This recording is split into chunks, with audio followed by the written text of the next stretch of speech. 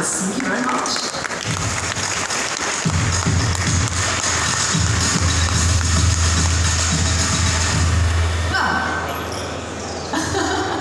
Thanks so much for joining us. Yes, that reminded me of my days when I worked on QVC, the shopping channel, where they say, just film for a few minutes. And sometimes I just like to listen to see what I'm going to say next. So in this case, obviously, I am among sort of royalty in a way when it comes to creativity and AI. I'm going to start off with a quick opening question to both of you, which is, what's a creative use of AI that's impressed you recently? Mark, I'm going to start with you, if that's okay. I really liked Refik Anadol's work, where he, I mean, this is actually done a couple of years ago, but it was really looking into the, I mean, he called it looking into the mind of the machine, and they took all the artworks in the, I think it was in the Modern Museum of Art in New York, and then it was a way that you could fly through them and navigate the latent space of those artworks. So it was quite fascinating. And he also converted, what he did was he took the latent space, and how he rendered that was he used typical sort of paint, like texture and depth and all these sort of effects that a painter would think about, and combine that with data. So I thought that was an interesting way to combine traditional painting techniques with data. Brilliant. Combining painting with data, I think you say on your side of the world. Brilliant, thank you. Hello there, how are you? I'm great, thank you. Please can you tell us what's impressing you about creative use of AI that you've seen? I think, it's working. I think that we're just discovering AI right now. And I'm kind of disappointed to see that if you take a hierarchical structure pyramid, it says at the top of the pyramid is saying, this is ours, the rest of you are going to use what we do. Actually, that's not true. The most creative use of AI is going to come as people adopt it. I'll give you a story. I made a film, my most popular film in India is called Mr. India. A lot of people saw that. And now everybody wants to make Miss India too. And so, there are writers coming in saying, oh, this is pretty good, very expensive writers. One day I'm sitting in my home, my coach comes to me and says, got a story for Miss India too. Now I have a choice. I either read the story or get bad food. So I said, I'm going to read the story. I was amazed. It was the best of the lot. So I asked my cook, where did you get this? He said, sir, your computer, ChatGPT. So now, his kids are on ChatGPT. It's when AI comes down, to me, it's so democratic. It's that other story that we were just talking about this VC that goes to his office because he has a huge investor presentation. Walks in, there's nobody else in the office, it's a cleaning lady. And he said, sir, I found this in the waste paper basket. What is it? Oh, it's some papers. And he looks at it, and it's his investor presentation. He said, how did he get there? Anyway, he walks towards his office, cursing his secretary. She says, sir, you know your investor presentation is wrong. Hang on, you're the cleaning lady. What do you mean my investor presentation is wrong? It's okay, I've got the right one. And she gives it to him, he goes in fuming, reads her presentation, and she's right. Her investor presentation is the right one. And he said, where did you get this one? She said, from AI, sir. Now, he also got his investor presentation from AI. So here's the point.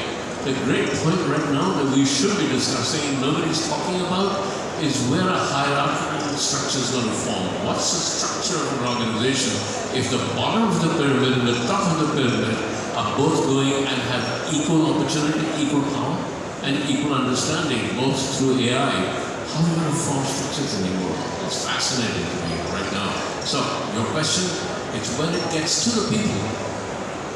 Yeah, it's when we really discover the potential and the most interesting. For me, it's my thing is as a director is not the great big Hollywood directors, not my competitors. It's a 15-year-old girl sitting in a slum in Mumbai learning computers and learning how to prompt. And she's been prompting films, So she's learned it, so she doesn't even need to learn how to make a film. She experiment, prompt films. That's it. That's it. And I look forward to disruption, complete disruption, and the reforming of who we are, how we are.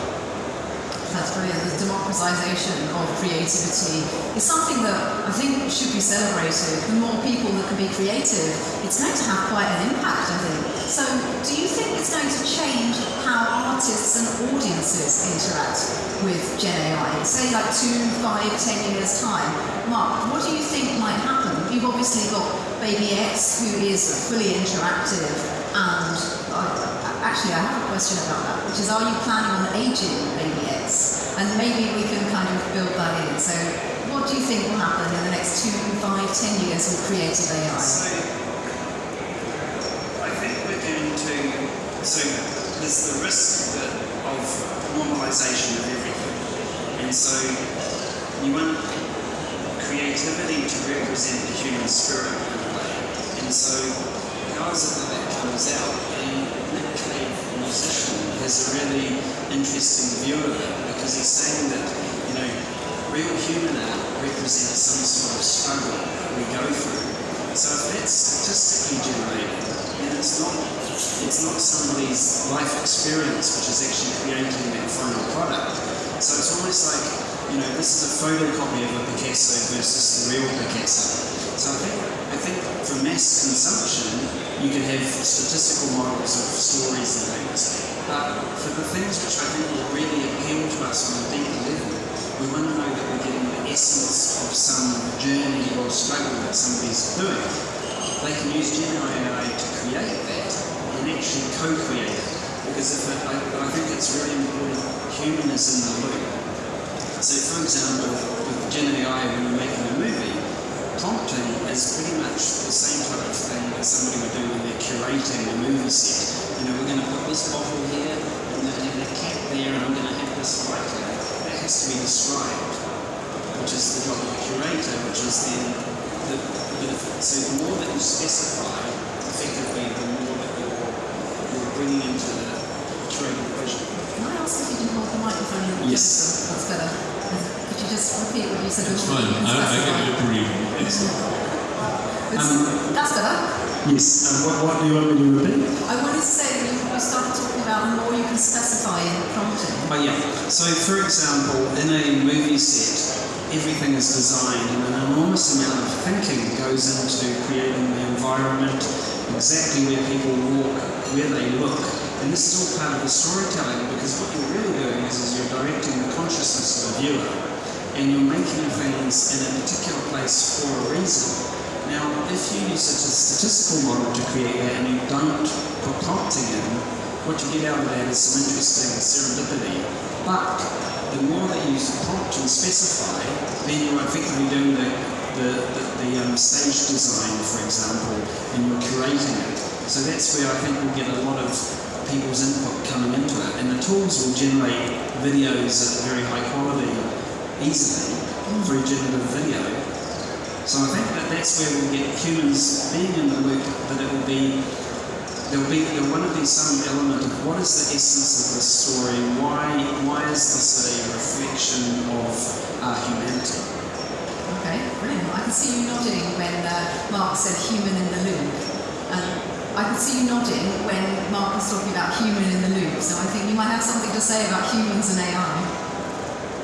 I don't know if you guys have seen Mark's videos, they're amazing. He's at the top of his game as far as creating AI.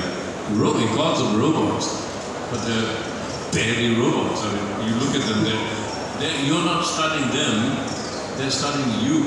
Anything, you push your nose and the robot will say, are you feeling like scratching? That's what these robots do. But what we were talking at that point was, so where does human consciousness lie? AI is artificial intelligence. So where does creativity lie? Because your question is creativity. What is creativity is a fundamental question. Can robots be creative? No. Can AI ever be creative? No. Because what drives creativity are things like love, right? AI can talk to you about love. Your robot can say, talk to you about love. It cannot fall in love. Fear is a huge driver of creativity. set, I have 500 people here. How am I going to do the shot? What am I going to do? Somewhere out of the fear, I was creating it. I can go back to ChatGPT. Why am I feeling fear? It give me all kinds of analysis. Can AI feel fear? No. Everything about us that is human, AI cannot feel. It can describe it, it can tell you stories, it can go, scrape from everywhere and give it to you. But what essentially is creative are these few things that make us faith. Faith, creativity, fear. AI will never ever be able to do that. The day it will do that, we are redundant, but it can't. Because that lies more in the heart. That lies more in our consciousness, not so much in what we call or understand as intelligence. I love this idea because I think in terms of feeling, can AIs feel? There's two roads that we can go down with this, Mark, and I'm really interested to see which one you take. If a robot can synthesize love and feeling, synthesize it, is that enough? Or do you think it is capable for machines to develop feelings? After all, our mind is just running tons of calculations a lot more efficiently. So what's your thinking? I love that this is the end of the day and we're talking about consciousness in machines, just to kind of get your brains working before you leave. Guys, be very afraid of that statement. Consciousness in machines. Be really afraid. One of the functions of human consciousness is self-reflection. It's almost like another level of thinking, which is thinking about thinking and being aware. So a machine at some level can be made aware, and it can even be, I think it's even possible to make the machine be aware of itself. Now, when you come to something like fear, we have a biological drive, like you were talking about the heart, we have built-in core motivations that affect our livelihood. Now, in a machine you can make that into a number, for example, and that number can change as it reacts, but it's a manufactured number. However, if the way the machine reacts affects you, like for example, a machine smiles at you, it's not a real smile because it's just a simulation, but if it makes you smile, it has changed something in the real world, which has now changed an emotion, which is now reflected back. So I see it as part of a system. So just like when we interact with babies, for example, it's part of a system. There's a teacher and there's a student and there's a loop, or there's a smile and there's a smile coming back, or a cry. And so the system is what's, I think, we really need to look at and explore. And so if a machine can give you an answer, like a therapist, so for example, a therapist may say something, can you remember a time when you felt better about things, and then say, can you imagine a possible future of that? A machine can actually do that and change the way that you think, so there will be value out of that. Even though the machine has not actually had that feeling. So I think it's a really interesting way that we are playing with reflections of ourselves. It's been happening for years, playing with affection and machines. There's a therapy seal first introduced in Japan for older people, and it was a toy that would move, and people would develop feelings for it. And you'd speak to these older people, and they'd say, "Yes, I know it's not real, but I enjoy interacting with it." And interestingly, stories, when we watch a work of fiction, we know it's not real. Yeah. Movies make people cry. Oh, me for sure. I cry at anything. I'm going to, at this point, open up the audience for questions, just in case you do. Can you please put your hand up and we'll get a microphone over to you? Questions on AI and creativity in the future. Whilst you have a think about those questions, I'm going to ask another question up here on stage. I think one of the things I'd love to ask you both as you work in storytelling is, how do you get drama out of machines? Is it always going to need the human touch? Are there twists that you're using or things that you found work better than others? I'll start with you. I think different writers have different ways of telling stories. Why we have isolated storytelling as something that is a special skill? We were born storytellers. all perception is story. Oh, there's a bottle. Oh my God, that's a story. We do not look at anything except as a story. What was kids are storytellers. We are born storytellers. That's what our imagination is for. It's for a storyteller. Your story. My cook one day, again, the same guy, I was in London, I was doing a film, and there was the anniversary of the moon landing. Right? And I said, oh, Suresh, come in.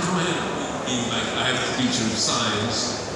Here's the moon landing documentary. We landed the moon, so he looked at me. He said, sir, you're a filmmaker, that's visual effects. Man cannot land the moon. Why can't man land the moon? He said, because I worship the moon. How can man land the moon? So I worship the moon. And I said, okay. So I took him to the Science Museum in London. They said, oh, the Apollo craft and everything. Got very impressed. He came back. I said, okay, now Suresh, man landed on the moon, right? And he said, sir, yeah. He landed on your moon, but not my moon. Because his moon, in his perception, is a different story. Right. My moon, in my perception, because I'm science-oriented, is a different story. We're constantly imagining everything is stories. When people say storytelling, I'm saying, yeah, life, that's it. We tell stories all the time. We're storytellers again and again. So when you come to say AI telling a story, or me becoming a storyteller, I'm just doing what I was born to do with my imagination. Will AI ever match my imagination? Will it ever be able to tell the same story? It will go through and say, every story that was ever written, go through that and say, these are the ones that got the best reviews, so they must be the best stories. Will it be able to come up with a new story? No, because my new story is born out of my fear, my love, my faith, my insecurity, everything. And you know what? You mentioned something about loneliness.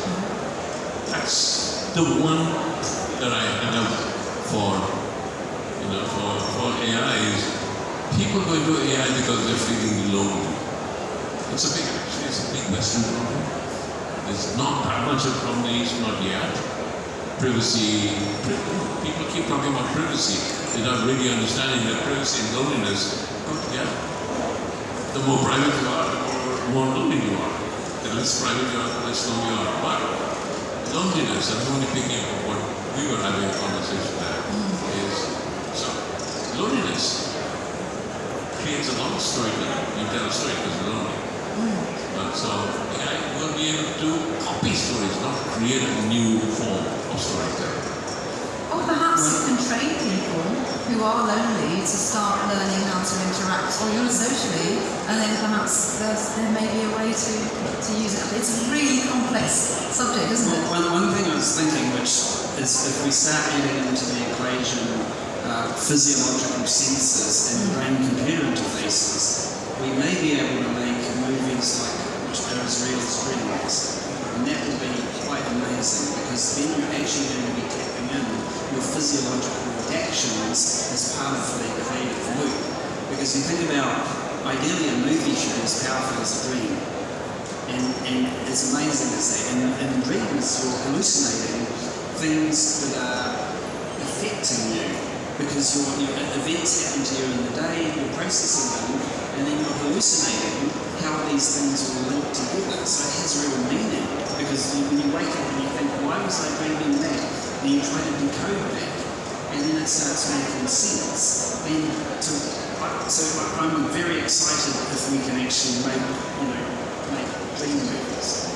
I love this idea. I'm fascinated by dreams, and I have incredibly vivid dreams. But why not use that time? I would like to just plug in and learn a language overnight, and just be like, wake up and suddenly be fluent in something else. But these are so many ways that we can take this conversation. I knew this was a danger with two creative people on the panel, and then me as well. So I'm just going to scan the audience to see if any of you do have questions for our award-winning guests. Please put your hand up and somebody will come to you with a microphone. Oh, we have somebody there. Thank you.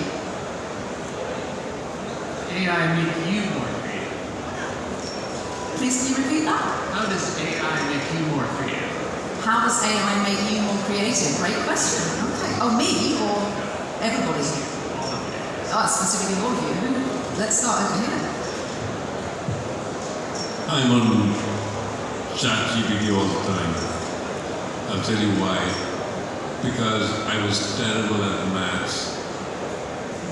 And I discovered something, and I know a lot of you technology people here.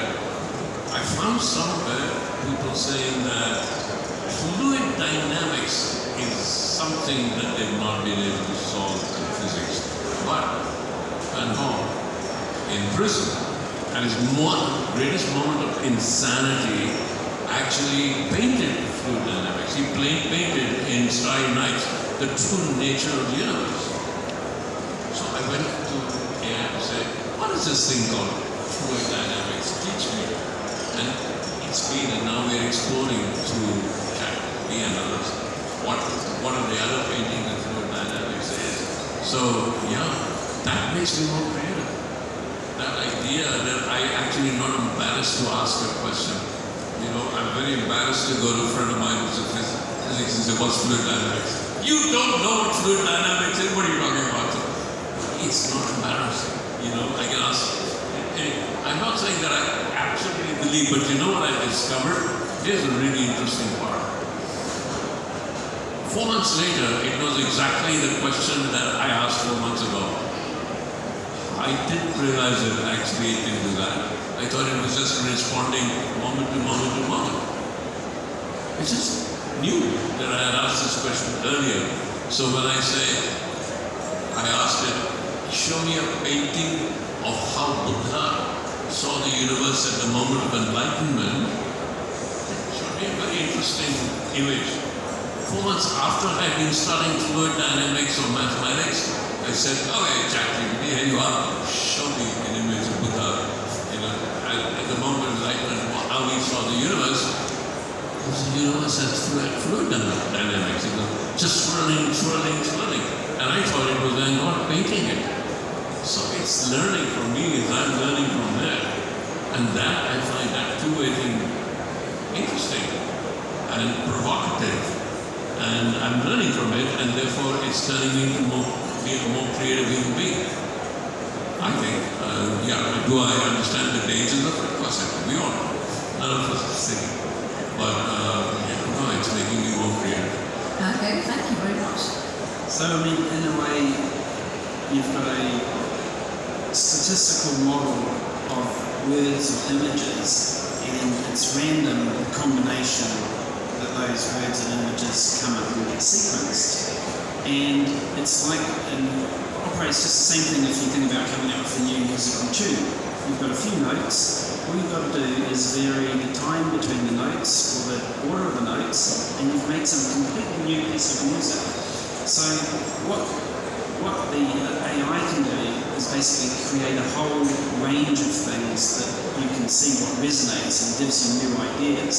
So I really see it as part of a feedback loop. I do think the counter to that, one of the problems with generative AI is that you have to iterate so many times. Sometimes I get fed up and I could have painted that myself.